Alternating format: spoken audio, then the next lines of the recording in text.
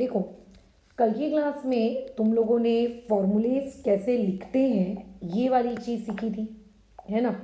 कि अगर आपको वो चार्ट याद हो तो आप उस चार्ट के वाया किस तरीके से फॉर्मूलेस वगैरह लिख सकते हो। अभी हम लोगों को कई बार ऐसा क्वेश्चन आ सकता है कि आपको ऑलरेडी, ठीक है, ऑलरेडी आप लोगों को फॉर्मूला लिख के दिया हो और आप लोगों को क्या करना हो, उसका नाम लिखना हो। दोनों चीज़ें हो सकती हैं। कल की क्लास में जब हम लोगों ने क्या किया, नाम दिया था, है ना। अच्छा, तो हमने फॉर्मूला लिख के देखा, उसको सीखा। आज हम लोग क्या देख रहे हैं कि अगर आपको पहले से फॉर्मूला लिख के दिया हो तो आप नाम कैसे लिखेंगे। अब दोनों ही चीज़ों के लिए जो पार्ट ज़रूरी है वो बेसिकली आपका ज़रूरी पार्ट है चार्ट याद होना। आपको अगर किसी ने पूछा कि सल्फेट मतलब क्या, तो आपको पता होना चाहिए SO4 2 नेगेटिव। अगर आपको किसी ने पूछा ऑक्साइड मतलब क्या, तो आपको पता होना चाहिए O2 नेगेटिव। अगर आपको ये सारी चीज़ें नहीं पता होंगी तो ना तो आप फॉर्मूला लिख पाओगे और ना ही फॉर्मूला दिया हो तो उसका कभी नाम लिख पाओगे। दोनों ही चीज़ें तुम नहीं कर सकते। तो उसमें कैसा है, चीज़ों को थोड़ा सा जो भी उसका चार्ट वगैरह है उसको रटो। मैंने क्या कहा, अगर तुम रोज़ दवाई के जैसे एक एक घूंट अगर पी लोगे तो कुछ दिनों बाद तुम देखोगे कि ऑटोमेटिकली तुमको चीज़ें कैसे हैं बहुत ही अच्छी तरीके से इन डिटेल क्या हो गई होंगी, लर्न हो गई होंगी। अब आते हैं हम लोग हमारे तुरंत टॉपिक ऑफ डिस्कशन में। आपको बोला गया है कि Al2SO4 होल थ्राइस 3। तो आपको पहले तो ये पता होना चाहिए Al मतलब क्या। अगर आपको पता है कि Al मतलब होता है एल्यूमिनियम, तो आप लिखोगे एल्यूमिनियम। आपको ये पता होना चाहिए कि SO4 मतलब क्या। अगर आपको पता है कि SO4 मतलब होता है सल्फेट, तो आप लिखोगे इसका नाम एल्यूमिनियम सल्फेट और हो गया काम खत्म। बस इतना सही है मैडम, लेकिन वहाँ तो 2 एल्यूमिनियम है, तो क्या मैं यहाँ पे ऐसे 2 एल्यूमिनियम लिख दूँ? नहीं, नाम लिखते वक्त ऐसी कोई भी हमको अफलातून गिरी या कार्टून पना नहीं करना है। नेक्स्ट में आते हैं CaCl2। अच्छा, इसके लिए आपको ये पता होना चाहिए Ca मतलब क्या। Ca मतलब होता है कैल्शियम, ये आपने लिख दिया। आपको ये पता होना चाहिए Cl मतलब क्या होता है। Cl मतलब क्लोराइड, तो ये हो गया कैल्शियम क्लोराइड, राइट। तो थर्ड वाले में आ जाते हैं। तो थर्ड वाला क्या है, K2SO4। तो K जो होता है, ठीक है, अगर आप चार्ट देखोगे तो आपको आपके चार्ट में K नहीं मिलेगा, K पॉजिटिव मिलेगा, ठीक है। तो K पॉजिटिव को चार्ट में क्या लिखा होगा, पोटाशियम, तो हमने लिखा है यहाँ पे पोटाशियम। आप अगर चार्ट खोलोगे तो आपको चार्ट में क्या मिलेगा, SO4 2 नेगेटिव, तो हमने यहाँ लिख दिया SO4 2 नेगेटिव।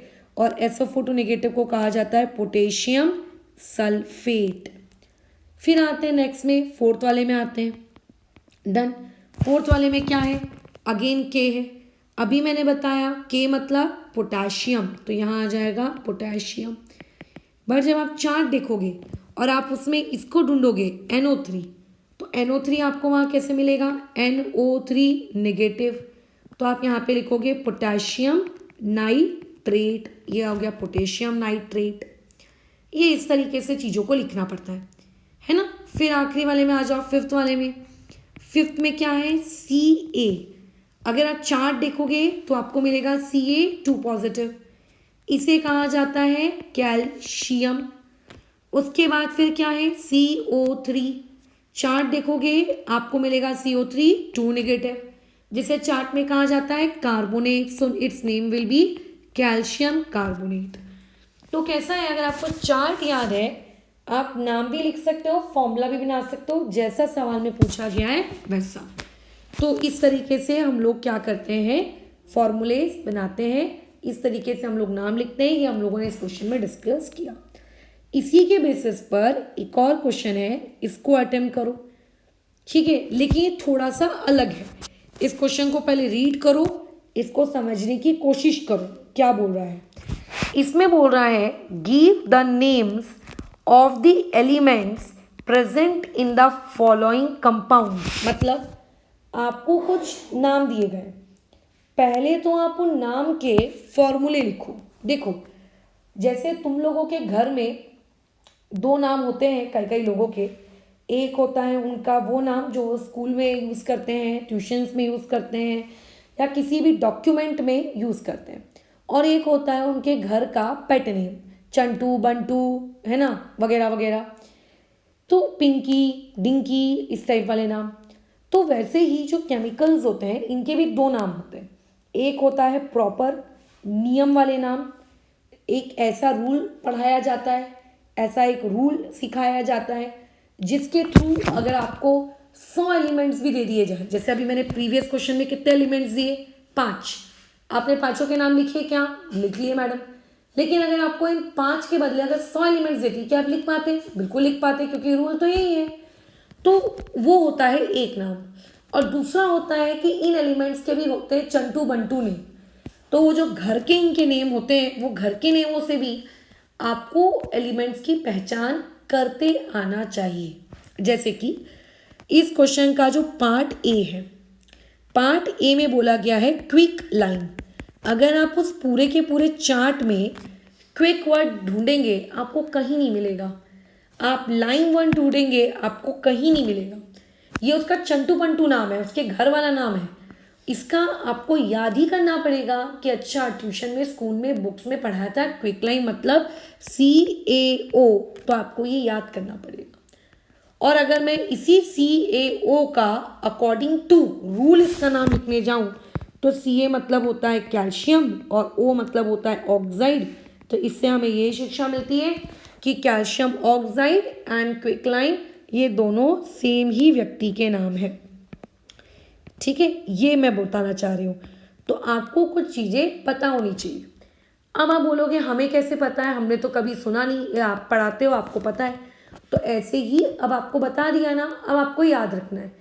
तो ऐसे ही अब से जो भी जानकारी तुम्हारे सामने आते जाएगी वो तुमको अब अपने दिमाग में स्टोर करते जानी होगी। फिर बोला गया है, देखो नेक्स्ट में हाइड्रोजन ब्रोमाइड, ये नॉर्मल नाम है।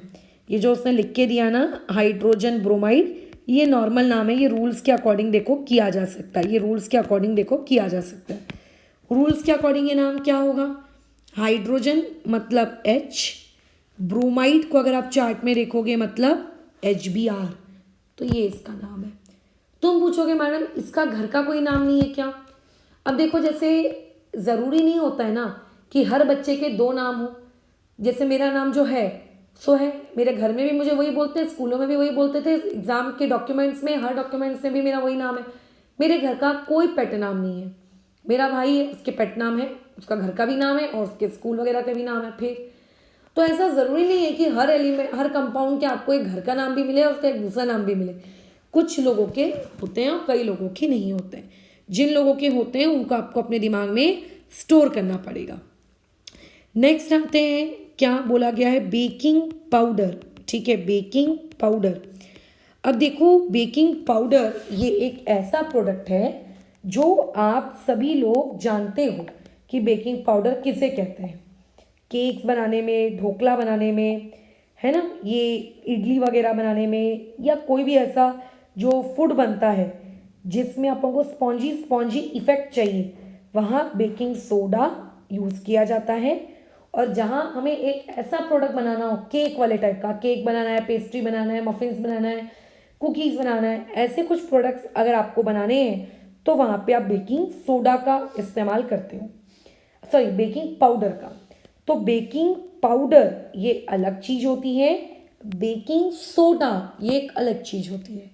दोनों में क्या डिफरेंस है और क्यों ऐसा डिफरेंस है, ठीक है, बेकिंग सोडा और बेकिंग पाउडर में क्या डिफरेंस है और ऐसा डिफरेंस क्यों है, ये चीज़ आपको सिखाई जाएगी 10वीं कक्षा में एसिड बेस केमिस्ट्री में।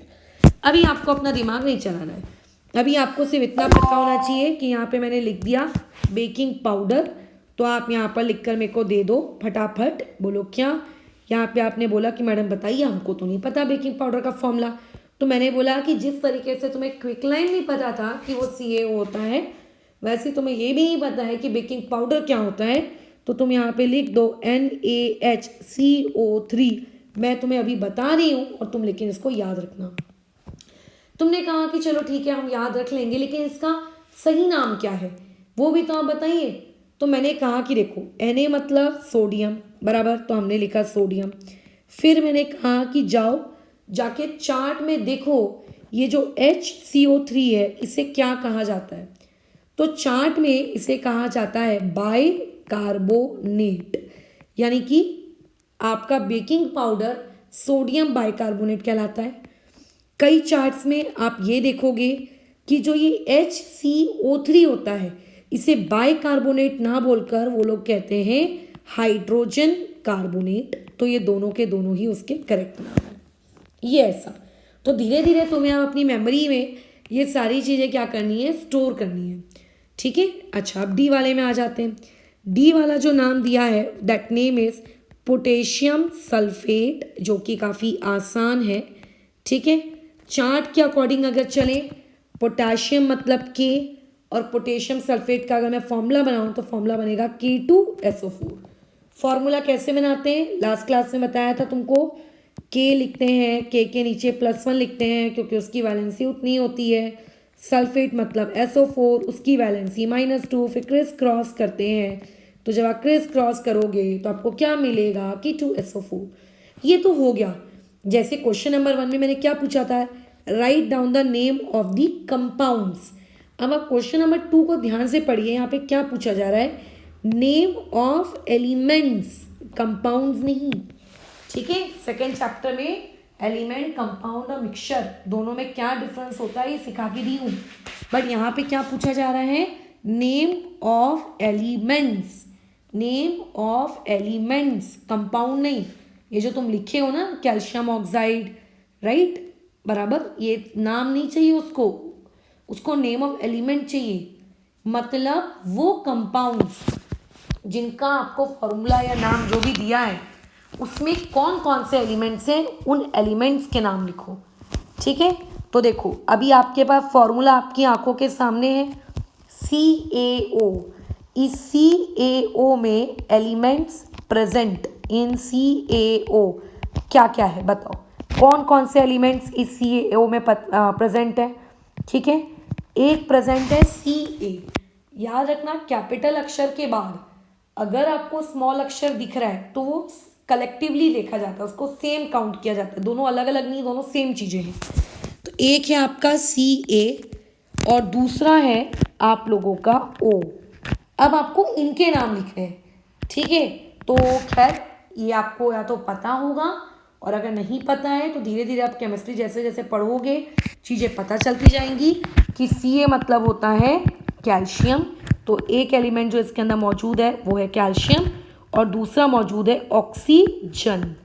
अब इसमें कई लोगों का डाउट आता है कि मैडम हमने चार्ट देखा था तो ऑक्सीजन नहीं था, वहाँ ऑक्साइड था, तो आपने ऑक्साइड नहीं लिखा, आपने ऑक्सीजन क्यों लिख दिया। तो देखो कैसा है, वो जो तुमने चार्ट पढ़ा वो चार्ट किसका था, वो रेडिकल्स का चार्ट था, है ना, negative in terms of negative, in terms of positive. यहाँ पे बोला है नेम द एलिमेंट्स, तो एलिमेंट्स में O को ऑक्सीजन कहते हैं, और अगर इसी O के ऊपर एक निगेटिव पावर आ जाए -2 वाली तो फिर ये बन जाता है ऑक्साइड। तो जब एलिमेंट बोला जाए तब ऑक्सीजन बोलना है, और जब ऐसा बोला जाए कि कौन सा वाला रेडिकल मौजूद है तब आपको वहाँ पर ये जवाब देना है। सेम यही काम नीचे वाले में भी करना है। तो देखो इसके पास भी दो लोग हैं, एक है H और दूसरा है Br। देखो H के बाद ये कैपिटल, H के बाद ये जो B है ये भी कैपिटल। अगर दोनों कैपिटल हैं तो इसका मतलब वो दोनों अलग अलग है, दोनों सेम नहीं है। ठीक है, ओके। H को हम लोग क्या कहते हैं according to your periodic table, periodic table के अकॉर्डिंग H मतलब होता है हाइड्रोजन। तो इसके अंदर दो एलिमेंट्स मौजूद हैं, एक का नाम है हाइड्रोजन और Br मतलब दूसरे का नाम है ब्रोमीन। ब्रोमीन के बारे में मैं तुम्हें एक इंटरेस्टिंग फैक्ट बताती हूँ, इसको ध्यान रखना। ब्रोमीन हम लोगों का एक नॉन मेटल है। ठीक है, ब्रोमीन हम लोगों का एक नॉन मेटल है, ये पहली चीज़ आपको ध्यान रखनी है। दूसरी चीज़ आपको ध्यान रखनी है कि जब हम लोग रूम टेम्परेचर की बात करते हैं, रूम टेम्परेचर मतलब जिस टेम्परेचर पे तुम और मैं अभी लेट से बैठे हैं 25 डिग्री सेल्सियस आप मान के चलिए, ठीक है। तो रूम टेम्परेचर पर आप लोगों का ये जो ब्रोमीन होता है ये पाया जाता है लिक्विड स्टेट में। इसके ऊपर 9th क्लास में as well as 10th class में आप लोगों का एक बहुत ही फेमस, ठीक है, आपका न्यूमेरिकल पूछा जाता है, वो ये कि बताइए ऐसा कौन सा नॉन मेटल है जो लिक्विड स्टेट में पाया जाता है। तो इसका नाम होता है ब्रोमीन, रूम टेम्परेचर पे जो लिक्विड स्टेट में, तो वो होता है ब्रोमीन। सिंबल तो तुम खैर इसका जानते ही हो, कैपिटल बी स्मॉल आर। अब आगे बढ़ते हैं नेक्स्ट में, बेकिंग पाउडर। बेकिंग पाउडर का फॉर्मूला है NaHCO3, ठीक है। अब देखते हैं इसमें कौन कौन से एलिमेंट्स मौजूद है इसके पास। तो अगर हमने ध्यान से घूर घूर के उसको देखा तो यहाँ पे आपको देखो टोटल 3 चीज़ें देखने को मिलेंगी, capital N, small a, capital H और साथ में मिलेगा CO3। ये 3 चीज़ें देखने को मिलेंगी। अब किसे क्या कहते हैं वो आप लिख दो। Na को हम लोग कहते हैं सोडियम, ये मैंने यहाँ लिख दिया। H को हम कहते हैं हाइड्रोजन, ये मैंने यहाँ लिख दिया। CO3 को हम लोग कहते हैं कार्बोनेट, ये मैंने यहाँ लिख दिया। हो गया ख़त्म, ठीक है। नहीं, गलत गलत, उसने हमको एलिमेंट्स पूछा है, तो एलिमेंट्स में आपको चीज़ें कभी ग्रुप में नहीं लिखनी है, आपको एक एक चीज़ जो अलग हो रही है उसको अलग करो। जैसे यहाँ C अलग हो रहा है और जैसे यहाँ पे आपका O अलग हो रहा है, नहीं तो आदत हो जाती है ना CO3 को एक साथ रीड करने की, वो मत करना। तो C मतलब क्या हो जाएगा, कार्बन, और O मतलब क्या हो जाएगा, ऑक्सीजन। सेम यही चीज़ तुम्हें नीचे करनी है, किसके लिए, इस K2SO4 के लिए, है ना। 1 मिनट यार, ये क्या हो गया, 2 मिनट रुको।